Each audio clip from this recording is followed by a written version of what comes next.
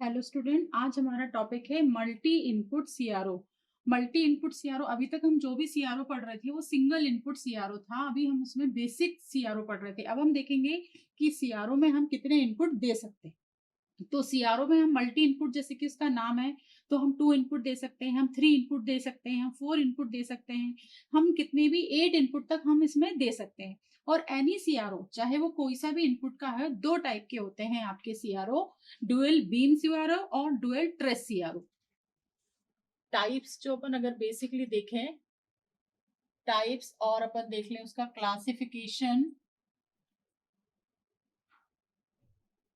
Of CRO, तो हम देखेंगे डुअल ट्रेस और डुअल बीम। डुअल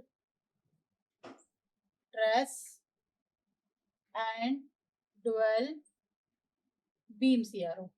अगर हम बेसिकली 2 इनपुट की बात करें, क्योंकि अभी तक हम जो इन जनरल 2 इनपुट सीआरओ पढ़ते हैं, तो जब हम 2 इनपुट देते हैं तो जो हमारे सीआरओ का कंस्ट्रक्शन है और वर्किंग है और प्रिंसिपल है, वो आपका 2 टाइप पे अपन उसको क्लासिफाई कर सकते हैं। डुअल ट्रेस, जिसमें कि डबल ट्रेस बनते हैं लेकिन बीम आपकी सिंगल ही रहती है, और एक होती है आपका डुअल बीम, जिसमें आपके 2 बीम आपकी जनरेट होती है। तो सबसे पहले हमारा बेसिक सीआरओ जो है हमारा डबल इनपुट वाला डुअल ट्रेस। तो सबसे पहले हम देख लेते हैं कि डुअल ट्रेस सीआरओ किस तरह से वर्क करता है और उसकी क्या आपकी वर्किंग प्रिंसिपल है। तो सीआरओ के जो क्लासिफिकेशन है, हमने देखा कि अगर हम नॉर्मली डबल इनपुट या 2 इनपुट सीआरओ लेते हैं तो डुअल ट्रेस और डुअल बीम सीआरओ होता है। इसके अलावा, इन दोनों के अलावा हमारा एक होता है सैम्पलिंग सीआरओ, एक होता है सैम्पलिंग सीआरओ, फिर आ जाता है हमारा स्टोरेज सीआरओ। यानी कि हम सीआरओ के अंदर वेवफॉर्म को स्टोर भी करके रख सकते हैं। तो स्टोरेज सीआरओ में भी आपकी 2 क्लासिफिकेशन है, एनालॉग स्टोरेज सीआरओ और डिजिटल स्टोरेज सीआरओ। और जो एनालॉग स्टोरेज सीआरओ है उसका भी फर्दर क्लासिफिकेशन है depending on your its principle and the construction, जैसे कि वेरिएबल परसिस्टेंट सीआरओ और बाइस्टेबल सीआरओ। तो सबसे पहले हम देख लेते हैं ड्यूल ट्रेस सीआरओ। तो ड्यूल ट्रेस सीआरओ, जैसे कि इसका नाम है, इस सीआरओ में आपकी सिंगल बीम यूज होती है। It uses the single beam, लेकिन सिंगल बीम से ये 2 ट्रेस जो है, डबल ट्रेस जो है स्क्रीन पे हमको इसमें देखते हैं। ठीक है, this is the simple block diagram of dual trace CRO. इसमें आपका 2 चैनल दिख रहे हैं, चैनल ए, चैनल बी। और एक चैनल पे आपने, दोनों ही चैनल पे आपने अटेन्यूएटर और प्री एम्पलीफायर लगाया हुआ है, देन स्विच है, देन डिस्प्ले है, देन डिले लाइंस है, देन उसके बाद आपका वर्टिकल एम्पलीफायर। यानी दोनों ही चैनल पे सेपरेट आपका प्री एम्पलीफायर स्टेजेस और आपका एम्पलीफायर स्टेजेस है। प्री एम्पलीफायर एंड अटेन्यूएटर दोनों ही चैनल ए, चैनल बी पे सेपरेट है। इससे क्या फायदा होगा कि हम जो 2 इनपुट है उनका एम्पलीट्यूड सेपरेटली कंट्रोल कर सकते हैं।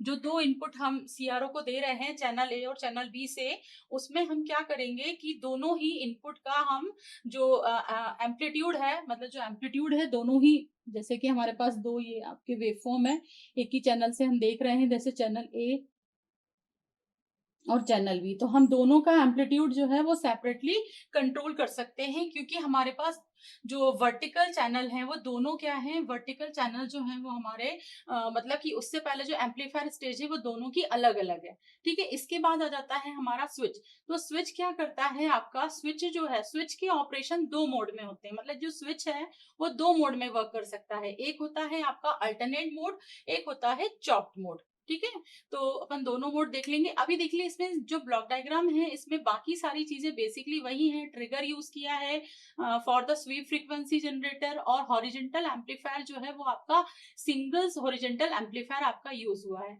और वर्टिकल एम्पलीफायर भी यहाँ पर क्या है, आपका सिंगल वर्टिकल एम्पलीफायर है। ठीक है, बस आपका प्री एम्पलीफायर जो स्टेज है, प्री एम्पलीफायर और एम्पलीफायर स्टेज, वो दोनों चैनल के लिए अलग अलग है, ताकि हम दोनों का वोल्टेजेस जो है वो अलग अलग कंट्रोल कर सकें।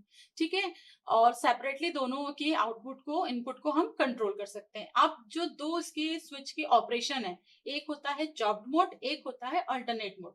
तो सबसे पहले हम देख लेते हैं कि अल्टरनेट मोड कैसे काम करता है। तो अल्टरनेट मोड में क्या होता है, आपका एक चैनल एक बार में जो है वो सिलेक्ट होता है वर्टिकल एम्पलीफायर पे, वन टाइम में, एक समय में एक चैनल। उससे क्या होता है आपका कि जो स्वीप फ्रीक्वेंसी होती है वो इतने फास्ट अल्टरनेटली एक चैनल को, फिर दूसरे चैनल को, फिर एक चैनल को, इस तरीके से वो सिलेक्ट करती है। इसका इसका वेवफॉर्म है, इस तरह से इसकी वेवफॉर्म बनती है। जैसे कि ये स्वीप फ्रीक्वेंसी है आपकी, स्वीप फ्रीक्वेंसी आप ऑलरेडी पढ़ चुके हैं। This is your sweep frequency. अगर ये आपकी स्वीप फ्रीक्वेंसी है तो हमारा जो दो चैनल है अलग अलग जिसपे कि हम इनपुट दे रहे हैं, तो ये देखो ये एक स्वीप फ्रीक्वेंसी है, इसमें एक आपका ये इनपुट दिख रहा है, आपका आपको चैनल पे दिख रहा है। दूसरे वाले में आपको दूसरे वाले में दूसरा दिख रहा है ये। Now this is your second input. तो इस तरीके से ये अल्टरनेट मोड में आपका स्विच जो है वर्क करता है। चॉप्ड मोड में क्या होता है कि the chopped mode the electronic switch will make the several transition from one channel to the other during the one sweep. एक ही स्वीप में यहाँ पर आपका सिंगल स्वीप यूज होता है और एक ही स्वीप में जो चैनल है आपका ए और बी बार बार ऐसे स्विच मतलब ट्रांजिट करता है, एक से चैनल ए से चैनल बी से चैनल ए, बहुत ही शॉर्ट पीरियड ऑफ टाइम में। ठीक है। A free running oscillator is used to control the position of electronic switch। Electronic switch की पोजीशन को कंट्रोल करने के लिए हम एक ऑसिलेटर का इसमें अलग से यूज करते हैं। ठीक है। चॉप्ड मोड में अलग से एक ऑसिलेटर लगा होता है जो कि स्विच की पोजीशन को कंट्रोल करता है। ठीक है। As the electronic switch is running at the very high speed, क्योंकि इसमें चॉप्ड मोड में बहुत हाई फ्रीक्वेंसी है, क्योंकि सिंगल स्वीप में चैनल ए और चैनल बी दोनों ही वन बाय वन सिलेक्ट हो रहा है। तो इसमें जो स्पीड हो गई आपकी स्विच की बहुत ज्यादा हाई हो गई। जबकि आपका ये जो अल्टरनेट मोड था इसमें सिंगल एक स्वीप साइकिल में एक चैनल, सेकेंड साइकिल में दूसरा चैनल, फिर थर्ड साइकिल में पहला चैनल, फोर्थ साइकिल में आपका बी वाला चैनल। तो अल्टरनेटली आपके चैनल सिलेक्ट हो रहे थे। लेकिन चॉप्ड मोड में क्या हो रहा है, आपके चैनल बहुत तेजी से सिलेक्ट हो रहा है। तो इसमें जो स्वीप फ्रीक्वेंसी है वो बहुत ज्यादा हाई होती है और इलेक्ट्रॉनिक स्विच की पोजीशन को कंट्रोल करने के लिए हम इसमें एक ऑसिलेटर लगाते हैं। This is the diagram of chopped mode, frequency of chopped mode. आप देख सकते हैं कि चॉप्ड मोड में जो है बहुत तेजी से जो है आपका स्विच फ्रीक्वेंसी जो है और स्विच की पोजीशन जो है वो आपकी चेंज होती है। इसमें जो आपका फ्रीक्वेंसी होती है इलेक्ट्रॉनिक स्विच की वो बहुत ज्यादा हाई होती है चेंज होने की, क्योंकि स्विच जो है वो इलेक्ट्रॉनिक है। तो इसमें जो उसकी फ्रीक्वेंसी होती है 100 kilo hertz to 500 kilo hertz.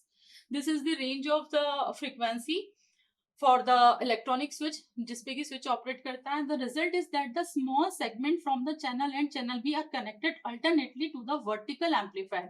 तो वर्टिकल एम्पलीफायर चूंकि यहाँ पर हमारा सिंगल ही है, तो अल्टरनेटली चैनल ए और चैनल बी जो है बार बार बहुत जल्दी तेजी की स्पीड से आपके सिलेक्ट होते रहते हैं। If the sweep rate approaches the chopping rate then the individual segment will be visible.